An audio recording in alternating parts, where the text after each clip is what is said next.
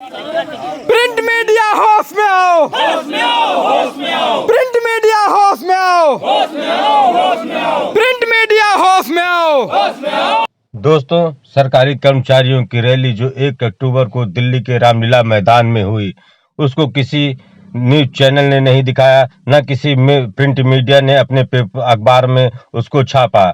इस घटना से दुखित होकर सभी सरकारी कर्मचारी और स्पेशल सीतापुर के शिक्षकों ने अखबार जलाकर अपना आक्रोश व्यक्त किया और पेपर ना लेने और न्यूज चैनल ना देखने की शपथ खाई और लोगों से अपील की है कि वो न्यूज चैनल ना देखें और ना ही पेपर लें जब तक ये लोग हमारी खबर को सरकार तक नहीं पहुंचाते, जनता के अन्य लोगों तक नहीं पहुंचाते। ये स्पेशल किसी के लिए नहीं बने हुए हैं, इन्हों को सबके लिए काम करना, आम जनता के लिए काम करना पड़ेगा।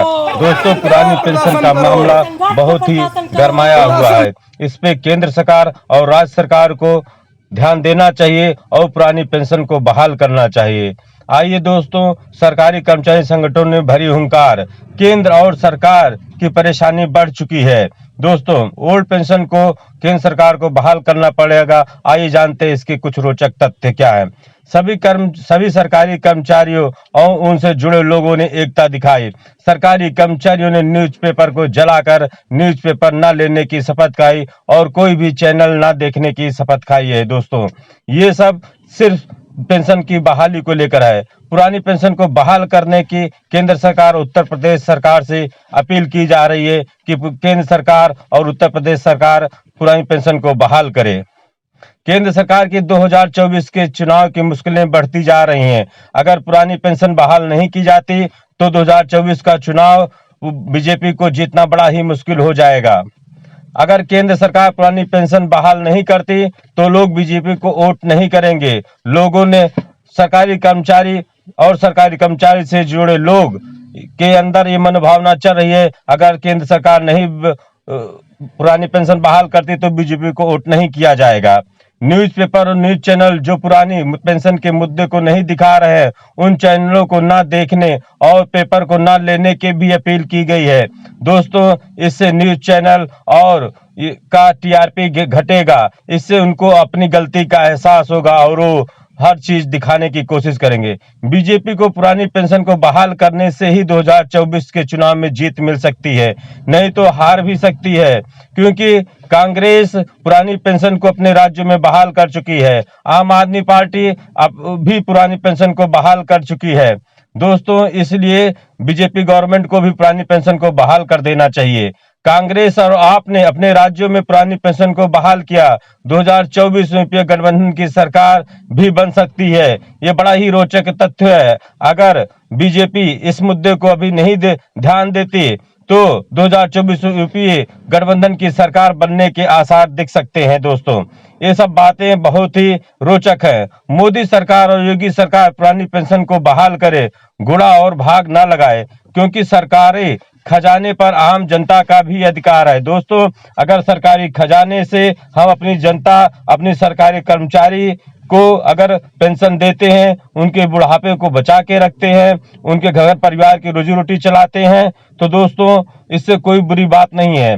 पेंशन का पैसा सर्कुलेशन में ही रहेगा, अर्थव्यवस्था पर कोई फर्क नहीं आएगा। बस भगोड़े और लुटेरों को पकड़ें जिनकी निगाह सरकारी खजाने पे है। दोस्तों, सरकारी खजाना आम जनता का है, इस पे किसी उद्योगपति का हाथ नहीं होना चाहिए, ये देश के काम आना चाहिए। मोदी जी और योगी जी पुरानी पेंशन को बहाल करके आम जनता की आवाज को सुने और नजरअंदाज ना करें, क्योंकि देश की सरकार, केंद्र सरकार हो या राज्य सरकार हो, वो जनता के वोट से बनती है। एक एक वोट मिलके सरकार बनती है। इसीलिए आपकी बहुमत की सरकार बनाई गई थी कि आप जनता के मुद्दों को पहचानेंगे, उनका निराकरण करेंगे। अगर आप अभी भी नहीं सुधरे तो 2024 का चुनाव पार करना बड़ा कठिन बात है।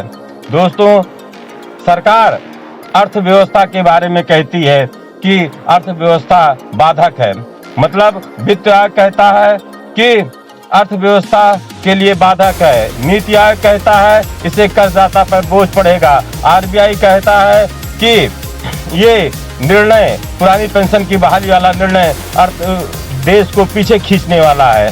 कैसे दोस्तों, अर्थव्यवस्था होती क्या है? अब भारत की अर्थव्यवस्था वित्त मंत्री सीतारमण ने कहा है, निर्मला सीतारमण जी ने कहा है कि 5वीं अर्थव्यवस्था है, दुनिया की 5वीं अर्थव्यवस्था है। अर्थव्यवस्था में दोस्तों IT सर्विसेज, मैन्युफैक्चरिंग और कृषि का योगदान है और बढ़ता लेबर फोर्स और मध्यम वर्ग भारतीय अर्थव्यवस्था को मजबूर कर रहा है।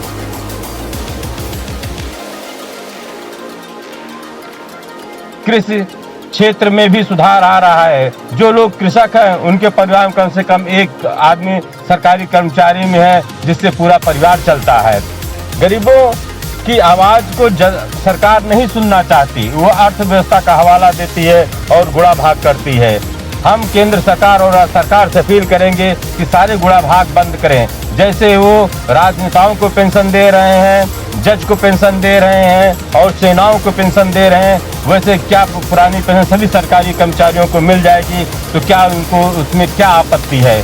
दोस्तों, केंद्र सरकार और राज्य सरकार अपनी आपत्ति बताएं कि उसको पुरानी पेंशन को बहाल करने में क्या आपत्ति है। क्या देश इन्हीं लोगों का है कि हम आम जनता से जुड़े लोग, क्या वो कोई राय नहीं दे सकते सरकार को?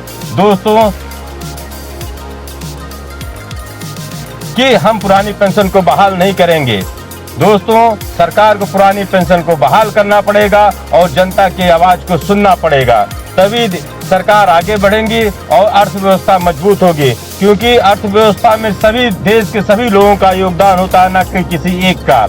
सभी लोग मिलकर काम करते हैं तो देश की अर्थव्यवस्था और देश आगे बढ़ता है, नहीं तो देश पीछे हो जाता है। इसलिए जैसे चुनाव बीजेपी की गवर्नमेंट को देश के लोगों ने 2 बार बहुमत दिया, उत्तर प्रदेश में भी 2 बार जनता ने बहुमत दिया। क्यों? क्योंकि कांग्रेस ने वो काम नहीं किया। उसी से दुखी होकर लोगों ने भारतीय जनता पार्टी की सरकार बनाई और भारतीय जनता पार्टी की सरकार को 2 बार भारी बहुमतों से जिताया, केंद्र हो चाहे देश का राज्य हो। दोस्तों, जनता की इसीलिए मैं मोदी जी से और योगी जी से पुनः निवेदन करूंगा कि पुरानी पेंशन को बहाल करके जनता की आवाज को सुने।